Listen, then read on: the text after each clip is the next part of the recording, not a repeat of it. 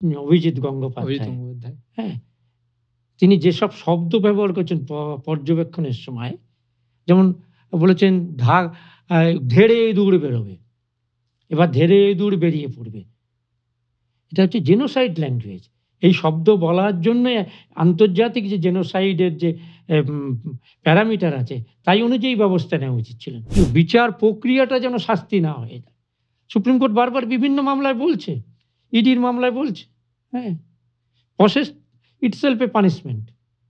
মানে এই যে প্রসিডিওর, বিচারের প্রসিডিওর, আপনার জেল হবে 10 বছর, দেখা গেল যে আপনার 7 বছর এই প্রসিডিওরে রেখেই বিচার প্রক্রিয়া চলছে। চলছে। মানে এটাই তো পানিশমেন্ট। বিভিন্ন বিজেপি শাসিত রাজ্যে মহিলা নারীর নির্যাতন হচ্ছে। নারী নির্যাতনের রেকর্ড। স্বরাষ্ট্রমন্ত্রীর কি উল্লাস!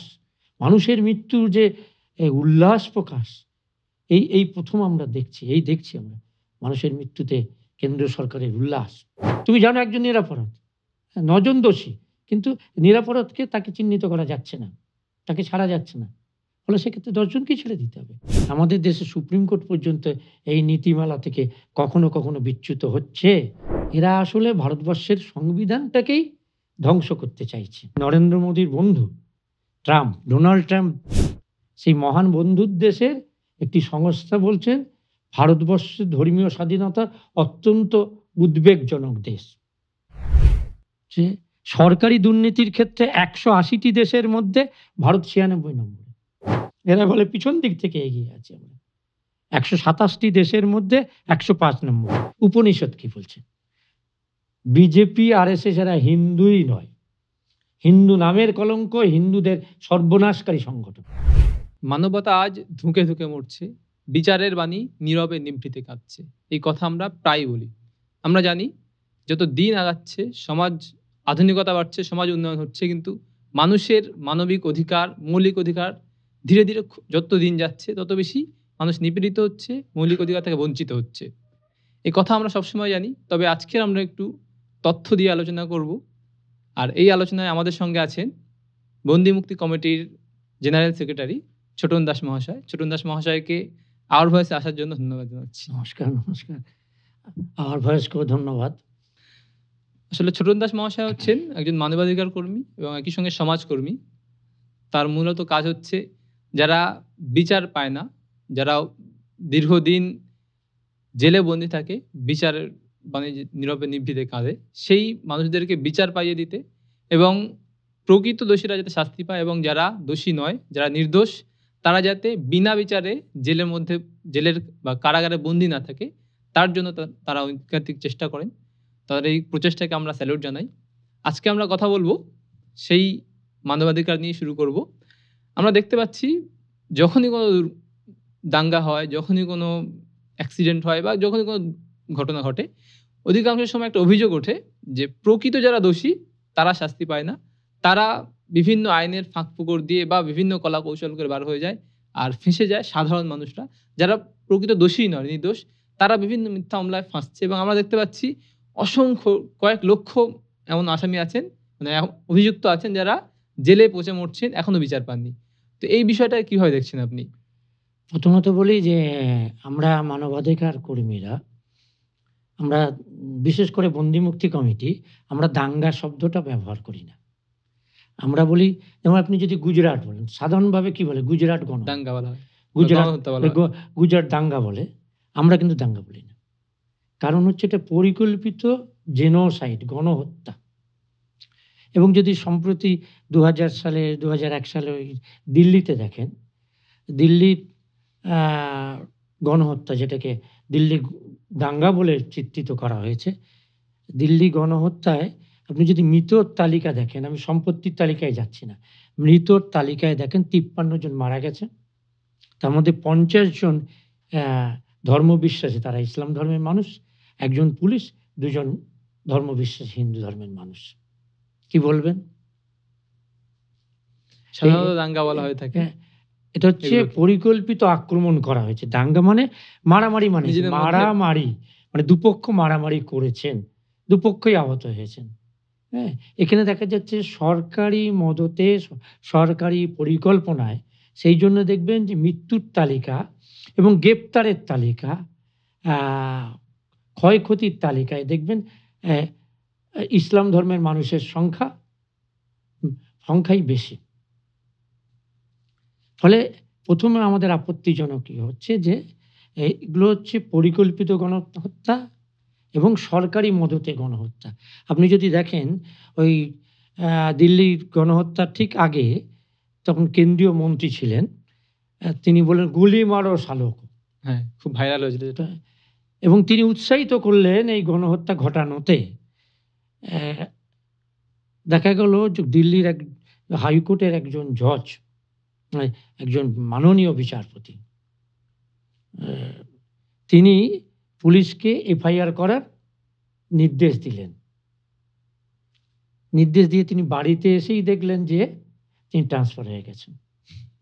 মানে যিনি সঠিক বিচার করবেন, মানে খালি এই তাকে গ্রেপ্তার করা হয়নি, গ্রেপ্তারের নির্দেশ পুলিশকে দেয়া হয়েছে যে ওর নামে এফআইআর করা হোক, এই গণহত্যায় তিনি মদত দিয়েছেন, উস্কানি দিয়েছেন, তদন্ত করা হোক, তার জন্য তার বিরুদ্ধে এফআইআর করা হোক। হ্যাঁ, সেই এফআইআর করার নির্দেশ দিয়ে তিনি বাড়িতে এসে দেখলেন যে তিনি গুজরাট দিল্লি হাইকোর্ট থেকে ট্রান্সফার হয়ে গেছে অন্য একটা হাইকোর্টে। মানে স্বৈরতন্ত্রের থাবা বিচার ব্যবস্থা পর্যন্ত পৌঁছে গেছে, এটা বলতে চাইছেন? এই আজকে একটা হিসেব দেখছিলাম, বর্তমান প্রধান বিচারপতি সম্মানীয় CJI, chief justice of India, হ্যাঁ, তিনি বিদেশের কোথাও একটা জায়গায় বক্তৃতা করতে গিয়ে বলেছেন যে বিচারপতিরা যদি জাস্ট রিটায়ারমেন্টের পরে তারা সরকারি পদ নেয়, তাহলে বিচার ব্যবস্থার প্রতি মানুষের আস্থা কমে যায়। এবং তারপরে তিনি অসংখ্য উদাহরণ ওই আজকের দৈনিক সংবাদপত্রেই আছেন, ধারাবাহিক উদাহরণ দিয়ে দেখিয়েছেন। যেমন ধরুন বাবরি মসজিদ ভাঙার যে এই জমি কে পাবে, সেই মামলায় চিফ জাস্টিস ছিলেন গগৈ, তিনি রিটায়ার করার কিছুদিন বাদেই বিজেপির টিকিটে তিনি রাজ্যসভার সদস্য হয়েছেন। এবং এও বলেছেন যে এইসব দলে এবং সরকারি পদ নিলে সংশয় হয় যে তার তিনি যে বিচার পরিচালনার যে রায়গুলো দিয়েছেন, সেই রায়গুলোতে তার প্রতিফলন থাকতে পারে। প্রধান বিচারপতি প্রতি গভীর সম্মান রেখেই বলছেন, থাকতে পারে না, আছে। কলকাতা হাইকোর্টের বিচারপতি ছিলেন অভিজিৎ গঙ্গোপাধ্যায়। হ্যাঁ, তিনি যেসব শব্দ ব্যবহার করছেন পর্যবেক্ষণের সময়, যেমন বলেছেন ধেড়ে দূর বেরোবে, এবার ধেড়ে দূর বেরিয়ে পড়বে। এটা হচ্ছে জেনোসাইড ল্যাঙ্গুয়েজ। এই শব্দ বলার জন্য আন্তর্জাতিক যে জেনোসাইডের যে প্যারামিটার আছে, তাই অনুযায়ী ব্যবস্থা নেওয়া উচিত ছিলেন। কিন্তু তিনি ইম্পিউনিটি ভোগ করছেন, তিনি বিচারপতির পদে বসেছিলেন, ফলে কেউ তার বিরুদ্ধে কিছু বলতে পারছেন না। এবং আরেকটা তিনি বলছেন, ঢাকে ঢোলে বিসর্জন দিয়ে দেব। এই যে শব্দ চয়ন, এবং তারপরে তো প্রমাণিত হলো। এবং আমাদের বিচার ব্যবস্থার প্রতি আস্থা আরো বাড়ানোর জন্য উচিত ছিল যে জাস্টিস গাঙ্গুলির যে রায়গুলো দিয়েছিলেন, এই সবটাই রিভিউ হওয়া উচিত, সবটাই রিভিউ হওয়া উচিত। এমনকি তিনি বলছেন, তিনি যখন জজ, তিনি পদত্যাগের আগে, রেজিগনেশনের আগে, তার 14 দিন আগে তিনি বিজেপির সঙ্গে যোগাযোগ করেছেন। এটা বিচারপতিদের যে সার্ভিস রুল, সার্ভিস কন্ডাক্টের মধ্যে পড়ে নাকি? এটা এখন একটা কালচার হয়ে গেছে যে বিচারপতিরা বারবার অভিযোগ উঠছে যে কোনো একটা রাজনৈতিক স্বার্থে, কোনো একটা দলের স্বার্থে কাজ করছে, এই অভিযোগ বারবার উঠছে বিভিন্ন বিচারপতিদের। ফলে আজকে যে সারা দেশ জুড়ে যে ঘৃণা বিদ্বেষ ছড়াচ্ছে আরএসএস সংঘ পরিবার, বিজেপি, দিল্লির সরকার এবং বিভিন্ন রাজ্যে সরকারের থেকে, তারা যে ঘৃণা বিদ্বেষ এবং মানুষ খুন করছে নানা অজুহাতে, এবং বুলডেজার দিয়ে মানুষের যে মৌলিক অধিকার, বাঁচার অধিকার, সেই অধিকার কেড়ে নিচ্ছে। এই বিষয়েও বলা যায় যে বিচার বিভাগেরও দায় এড়িয়ে যেতে পারেন না। বিচার বিভাগেরও দায় আছে।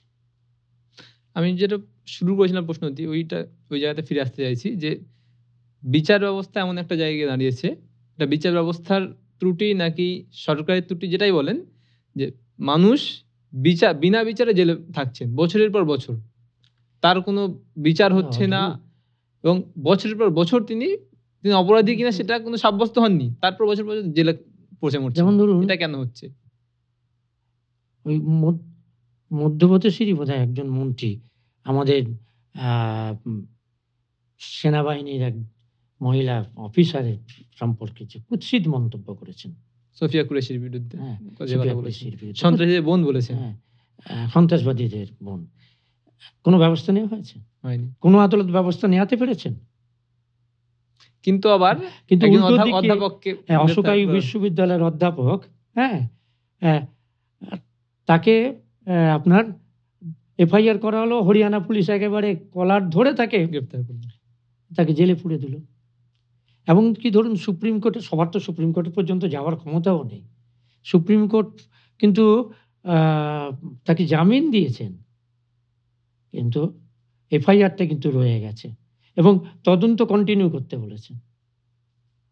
অন্য ক্ষেত্রে সে মন্ত্রী কিন্তু বহাল তবিয়াতে রয়েছে।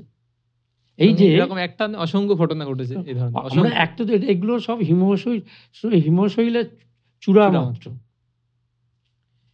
এবং এক্ষেত্রেও বলবো যে ভারতবর্ষের বিচার ব্যবস্থা, যেমন ধরুন এই যে শারজিল ইমাম, ওমর খালিদ, আজ 5 বছর 6 বছর ধরে জেলে রয়েছে।